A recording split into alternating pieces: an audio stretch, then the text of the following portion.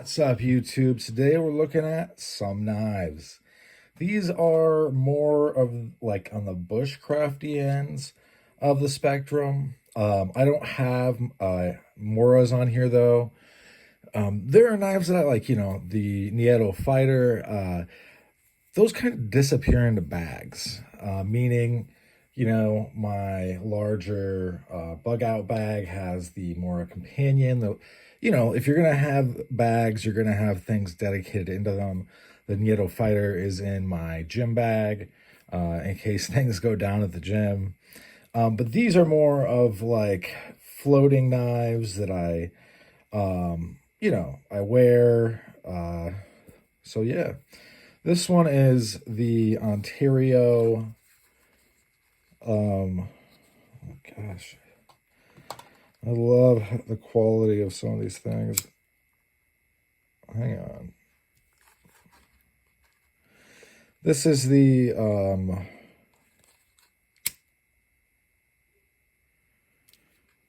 Ontario 1075 field knife. Basically, it's like a shorter version of their kitchen knives. This is the second one I have two of these because I do like this piece a lot. I like the looks of it. I like that it's made in America and it's an American brand. I have a better sheath. I don't really know what happened to this sheath except that it's falling apart. Gosh, man.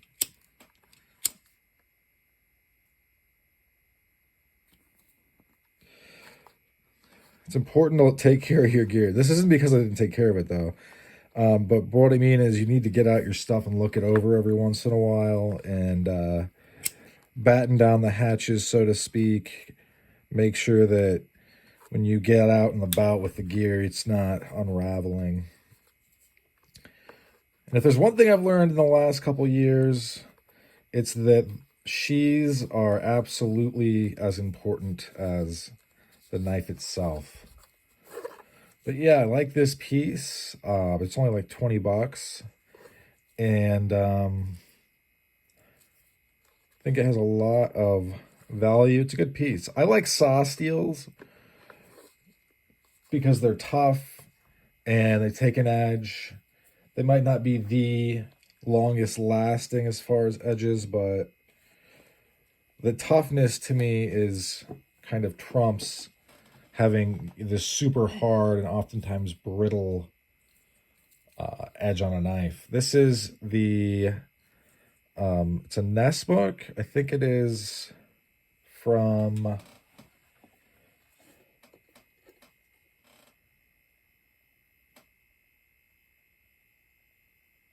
Ross or Bria. Hang on. Some of these I don't, I pick them up for what they are, not for the name that is on the knife, so to speak. It's Brissa. It is Brissa. I'm almost positive it's Brissa. It is. But yeah, I got this one because of the history. Basically, it's also a very unique looking knife, and it has very nice handle scales, thread liners. This is a hollow grind of sorts. And if you've ever skinned an animal, you know that having a lot of curvature is useful. It makes it easy. This would do a lot of stuff, though. The only thing it really wouldn't do is stab, although you probably could try. There's just not a lot of, it would be tough, but you could probably do it. I'm kind of with Nut and Fancy that any knife can serve a defensive role. I mean, if I had to, I could slash and hack it with this. But this is gonna encompass a lot of things that, as far as this knife and what it's used for, around the camp, feather sticks, that kind of stuff that is kind of, bushcrafty, but I don't baton. I've covered that quite a few times on this channel. Batoning is not, to me, a thing to be done with a knife. You use a hatchet and on it, you could use a fire steel if you want. I think that there's a lot of use in a fire steel, but I would still use an accelerant like gasoline. This is, hang on. It's got stuff on it. No. This is the Martini. I think it's the timber or something. It's a little knife from them. Very neat, but I got this aftermarket sheath. The sheath that comes with is good, but this is like a tactical version of that, kind of. There we are. And as you can see, it's got some gunk on it, probably from opening boxes or breaking something down. This sheath is, you'll see people online say it's small. I guess it is on the small side-ish. Has a full handle, though. It's from Finland, 1080 steel, or ADCR 2V steel, if you want to get technical. And, yeah, this piece has, definitely has my stamp of approval. When I carry it with this, it's a super fast draw out from the hip area, and so it fills a defensive role very, very, very well with this sheath. If you got a similar Kydex sheath, you could still use it with the original sheath like that, and I have two of these actually. I'm not sure. Actually, I do have it. Do I have it? Hang on. Yes, I do. I do have it. This is the original sheath. And the retention on this sheath is great. And yeah, that is... So I have a duplicate of this one. I have a duplicate of this one. Usually if I find a budget knife that I'm pretty happy with, I'll go ahead and... I don't buy two all at once just because for me... I need to get it in hand. I need to use it a little bit, see what's going on. But from there, if I really like it, I'll get another.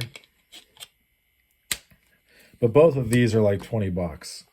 So the value of in these options is pretty astronomical. This was like 100 from DLT Trading. It's usually more than that. It's a knife that's another one that's 100. It is the Kephart from Brescia, ADCR 2V, maple handle scales, spear point, classic design. This is a super nice one. I like this piece a lot. Full flat grind. So yeah, on this channel I've talked about, and the hat comes with this, or it didn't come with this actually. This is aftermarket. But it's from Brescia. It's just for another piece. The piece that the one they send this with is fine. I just like this dangler better. You can see I've carried this a little bit. It's a little beat up. But yeah, well, first and foremost, I want to say kind of a little trick. Take a wax. This is bowling alley wax on this portion that you can kind of see. Because this was fraying and stuff, and I wanted to make it abrasion resistant, so I just slathered on the wax, and I mean now you would have to get through the wax because it was like some parts it was fraying. So took the lighter, got that stuff off, and then waxed it down. That's why I like bowling alley wax. It's really hard, but if you want, you can wear it through this or wear it like this. And this Kephart, you could definitely use it in a defensive role. But yeah, this is just a solid piece. Super solid knife. From Brescia, I bought this one and this one together. Just because Honestly, because I like ADCR2V a lot. These are all ADCR2V. This is 1075, so all of these are saw steels.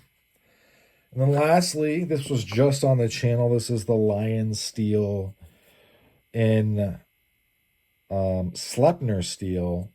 This is I forget the name, the B40, I think it is. Um, you can see it has right here a place to strike ferro rods. It's the only part of the knife that isn't crowned.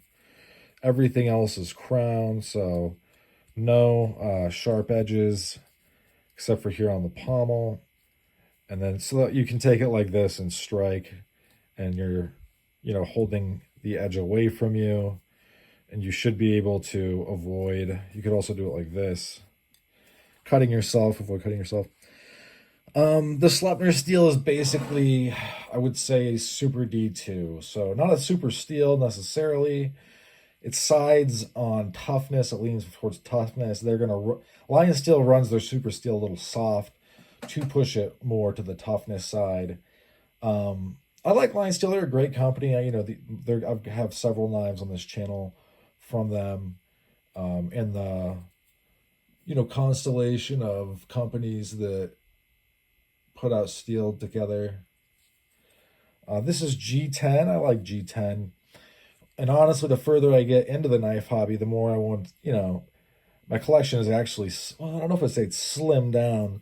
It just has more direction. It makes a little bit more sense than when I started. I like G10 more now than when I started.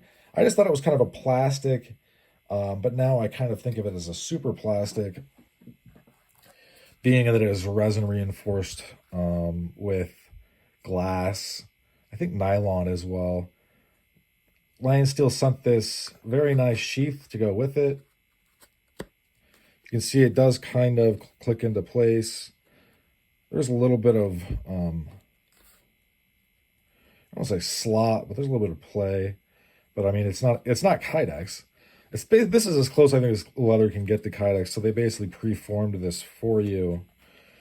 And mine is a little bit darker because I've treated it with Ovenoff, leather conditioner, and leather wax. I know some people, I get comments on the channel for other things, and I actually look into most of them. The stitching on this is pretty good. And yeah, so I look forward to using this piece. I have another one of these. I could definitely slide it into one of these and use it like that. Could this be used defensively? I think, of course, it could be used defensively, especially in a reverse grip. The Psycho movie, American Psycho. I guess not in American Psycho, in the original Psycho. Stabs this girl in the shower, and then the music goes. Oh, film. But yeah, this is a good piece. I'm looking forward to using it. And I figured I would kind of do a shot of the knives that I EDC that are more on the bushcrafty side. Like I said, I do have a Mora Companion Plus in a bug out bag in my vehicle.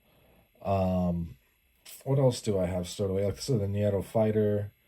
And I think that's it, though, as far as knives that have kind of disappeared into packs. Um, I would I would very much urge you guys to consider what is most important to you in a blade. Is it toughness? Is it edge retention?